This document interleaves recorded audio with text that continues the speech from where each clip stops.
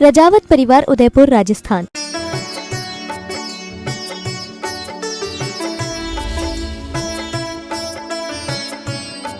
लोग अचरज में पड़ गए कि कभी ये बिना बांटे नहीं खाते। दूसरों को दे करके ही, अगर कोई चीज थोड़ी भी है तो भी आपस में बांट करके, चार लोग बैठे हैं भोजन को तो आज पूरा कैसे खा गए, रहा ना गया। और ने कहा कि ऐसा क्या मीठा हो गया आम कि आप पूरा का पूरा खा गए, किसी को ना दिया। तो उन्होंने कहा देखो भाई, अगर मैं आप लोगों को किसी को भी आम देता तो आप निश्चित रूप से कहते आम खट्टा है, क्योंकि आम खट्टा था।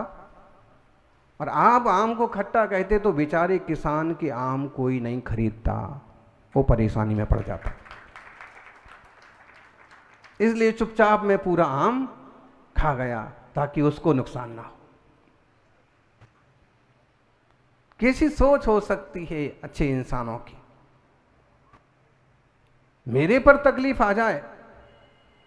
आपको मालूम है, मुनि महाराज आहार को जा रहे थे और वहां चूरहा मरा हुआ दिख गया, उनका अंतराय हो गया। वो वहीं खड़े हो गए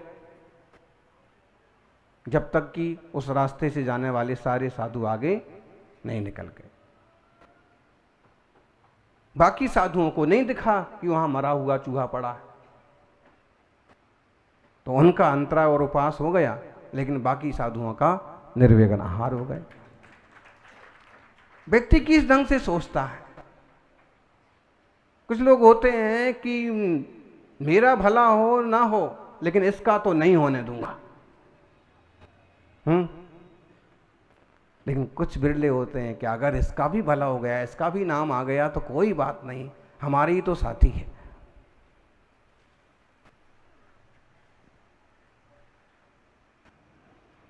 ये उदारता, ये साहस, ये संघर्ष बहुत महत्वपूर्ण गुण है, और ये विद्या और समझदारी से आते हैं। कहते हैं सो जीवदी गुणा जस्सा धनम धम्मो सजीवदी गुण धम्म विहीनस्सा जीविदम मरणम समम। प्राकृत समग्र का एक सूत्र है, वह जीवित है जिसमें गुण है, या जिसके पास धन है, या जिसके पास धर्म है, वही जीवित है। और अगर गुण नहीं है, धर्म नहीं है, धन नहीं है, साहस नहीं है, शिक्षा नहीं है, तो वह जीता हुआ भी मरे के समान है। विज्जा जस करी पुंसम विज्जा सीयं करी सदा सम्मम आराहिदा विज्जा उत्तम मादावा रक्षई। विद्या के लिए कहा है कि ज्ञान जो है यश करने वाला है, ज्ञान जो है श्रेय करने वाला है, कल्याण करने वाला है। और अच्छी तरह से यदि विद्या की आराधना की जाए तो विद्या, ज्ञान माता के समान सुख देने वाला है। माँ जैसे अपने बच्चे को सुख देती है, तकलीफ नहीं होने देती है, ऐसे ही जिनवाणी का अभ्यास, जिनवाणी के अभ्यास के लिए यहां तक कहा है विणेण सुध मधीदम जदि भी पमादेन होदि विस्तरिदम तम वट्ठादि पर भवे केवल नाणम च आवाहदि। यानी बहुत प्राचीन गाथा है, भगवतीकार, भगवती आराधना। इस ग्रंथ में इस सूत्र की व्याख्या में लिखा कि विनय पूर्वक जो लोग शास्त्राभ्यास करते हैं, समय सार जैसे ग्रंथ सुनते हैं,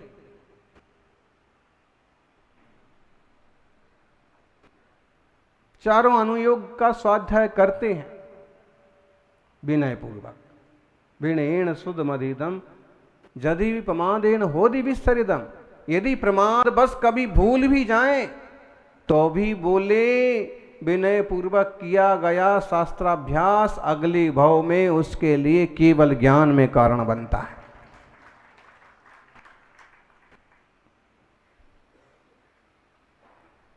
गुरु बसंमती सागर जी को देखा हम लोगों ने बहुत निकट से। आमनाय रूप धर्म ध्यान चिंतन मनन रूप स्वाध्याय चलता रहता था। समय सार जी में आचार्य देव कहते हैं, जीव और आत्मा जीवरु पुद्गल नाचे यामे कर्म उपाधि है। लोक में जीव और पुद्गल एक में एक होकर के मिलकर के नाच रहे हैं कर्म की उपाधि के कारण से। और कर्म का आश्रय बंध कैसे हुआ वो चैप्टर हम कुंद कुंद स्वामी के शब्दों में देख रहे हैं। समय सार की 109वीं गाथा में कहा, सामन्न पच्चया खलु चौरो भन्नंति बंध कत्तारो मिच्छत्तम अभिरमणम कसाय जोगाया बोधप्पा। विद्वान बैठे हैं, देखिए कह रहे हैं कि 4 मूल आश्रव बंध के कारण हैं। कौन कौन से जी? मिथ्यात्व, खोटी मान्यता, खोटी बुद्धि। जो देव नहीं है उन्हें देव मान रखा है, जो गुरु नहीं है उन्हें गुरु मान रखा है, जो शास्त्र नहीं है उन्हें शास्त्र मान रखा है, जो धर्म नहीं है उसे धर्म मान रखा है, जो तीर्थ नहीं उसे तीर्थ मान रखा। लेकिन इस बात को थोड़ा गंभीरता से समझना। कई बार सच्चे देव को ही देव मानना, इस बात को लेकर के लोग यक्ष यक्षिणी वाले चैप्टर को बहुत तूल देते हैं और कहते हैं देवी देवताओं की कोई मान्यता नहीं है। भले मान्यता उस देश में हो ना हो, भले आपकी मान्यता में वो आते हो ना आते हो, लेकिन एक बात हमेशा ध्यान रखना कि अगर हम इनको एकदम आउट कर देते हैं तो ढेरों संकट खड़े हो जाते हैं। पुरातत्व को लेकर के, वो प्राचीन मूर्तियों को लेकर के। हमने सुना है कुंडलपुर में जो मूर्ति को लेके उपद्रव चालू हुआ, उसमें भी तीर्थंकर की प्रतिमा है बीच में। चिन्ह तीर्थंकर की प्रतिमा भी छोटी बनी हुई है। ऐसे में वो किसी की भी प्रतिमा हो, जैन प्रतिमा कहलाएगी, क्योंकि एक मान्यता में यक्ष यक्षिणियों के मुकुट या माथे पर तीर्थंकर प्रतिमा हुआ करती थी और वैसी एक काल में मान्यता रही। तो बुद्धिमानी इसमें है, श्रद्धा का विषय और लोक व्यवहार का विषय, इस पर भी ध्यान देना होगा।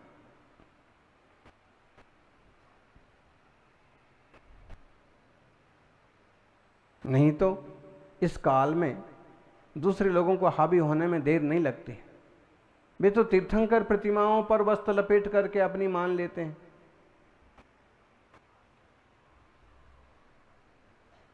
जरूरी है तीर्थों की सुरक्षा भी। कट्टरपंथी नहीं बनना है, समझदार प्रज्ञावान और ज्ञानी बनना है। देश काल परिस्थितियों के हिसाब से कोई समझौते जैसी चीज है। जी हमें बहुत अच्छा लगता है श्लोक आचार्य सोमदेव सूरी का। वो कहते हैं, सर्वमेव ही जैनानाम प्रमाणम लौकिको विधि यत्र सम्यक्त हानिर्ना यत्र ना व्रत दूषणम। बोले सभी जैन लोगों को एक बात का ख्याल रखना चाहिए कि जो लौकिक विधियां हैं, लोकोपचार की बातें हैं, उसमें यदि सम्यक दर्शन में दोष न लगता हो, व्रतों में दोष न लगता हो, तो वो लौकिक काम करने में कोई ज्यादा दिक्कत नहीं है, कर लो। क्यों फिजूल में माथा फोड़ी करके व्यवहार बिगाड़ते हो? बस सम्यक न दूषित हो और व्रत नष्ट ना हो। मिथ्यात्व, विपरीत मान्यता छोड़िए, अविरमणम, अविरति छोड़िए, कसाय का जो भाव है ना, ये भी आश्रवबंध है, इसे छोड़िए। योग है, मन वचन काय की चंचलता, इसका त्याग करिए। अगर ये नहीं करेंगे तो आश्रव बंध जारी रहेगा, जीव संसार में ही परिभ्रमण करता रहेगा।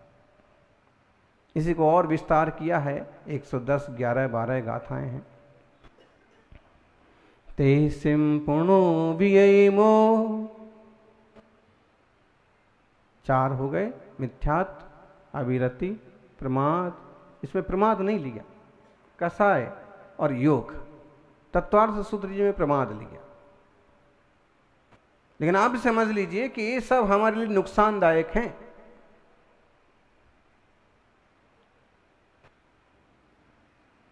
ते सिंपुणो वियमो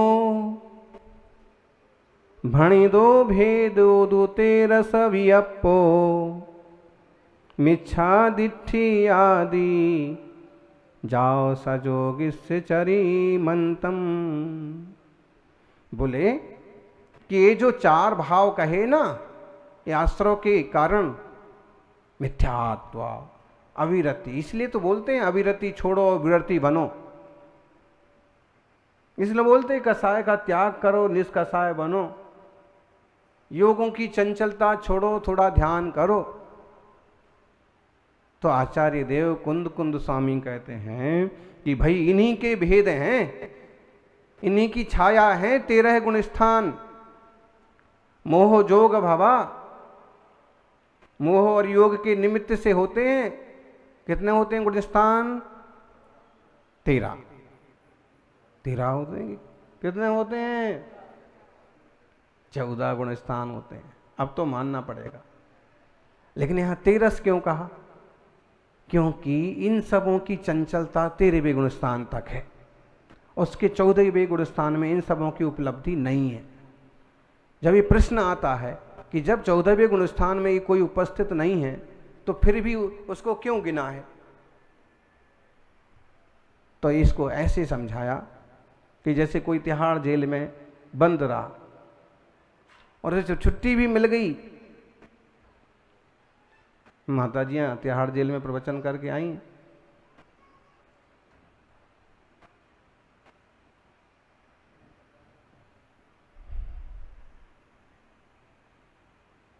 बुलावा तो हमारा भी आया था।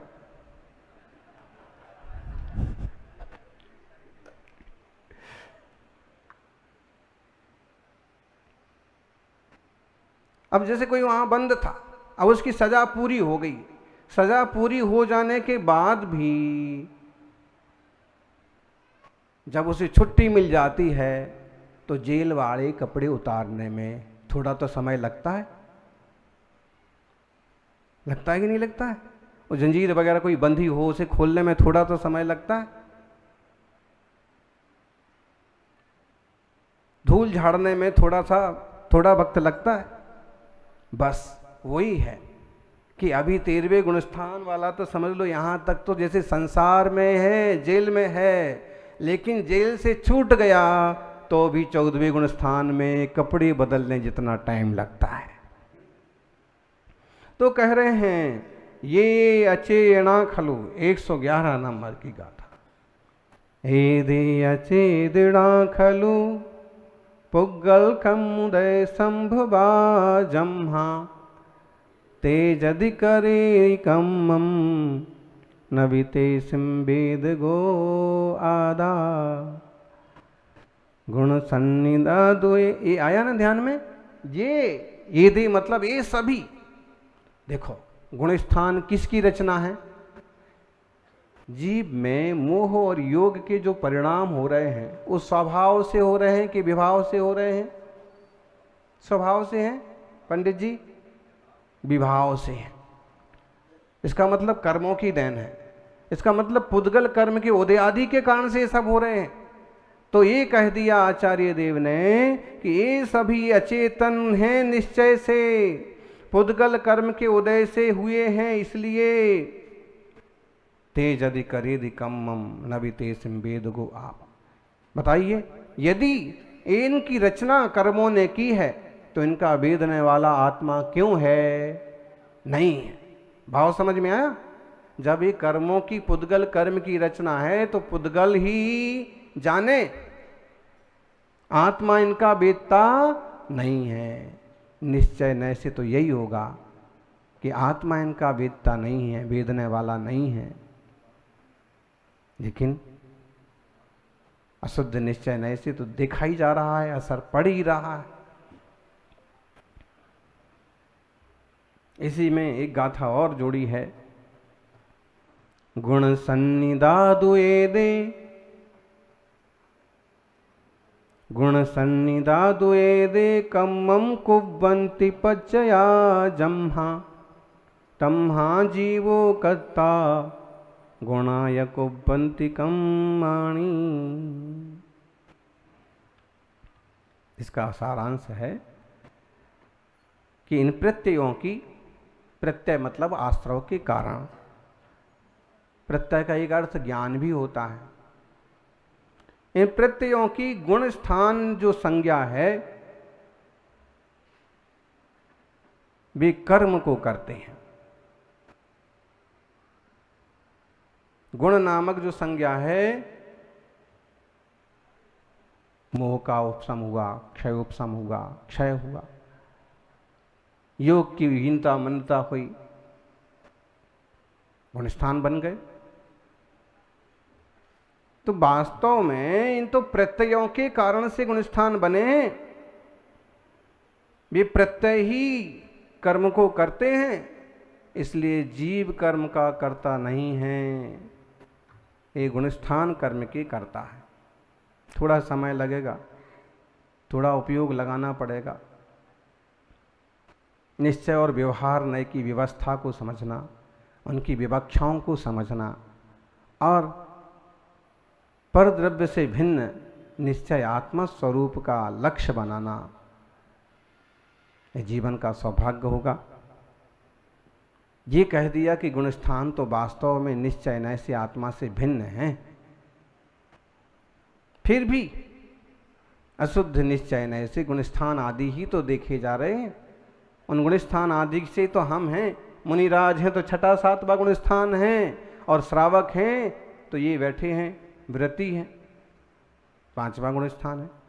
जिनका कोई व्रत नहीं है विशेष, उनका सच्चे देव शास्त्र गुरु की पूरी श्रद्धा है, समर्पण है, भक्ति है, तत्व निर्णय है, वो सम्यक दृष्टि है।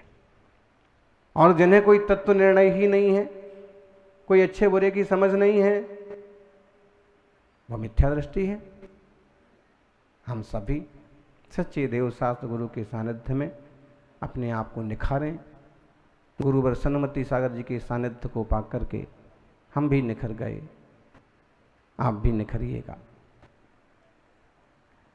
जय बोलिए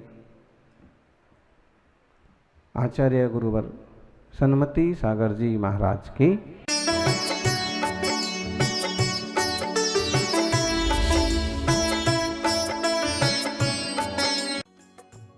इस कार्यक्रम के पुण्यार्जक थे श्री जयंतीलाल जी, श्रीमती रमीला देवी, श्री भगवती, श्रीमती शर्मिला, श्री विनोद, श्रीमती अलका, चाहत, याशी, क्रिस्टी, रजावत परिवार, उदयपुर, राजस्थान।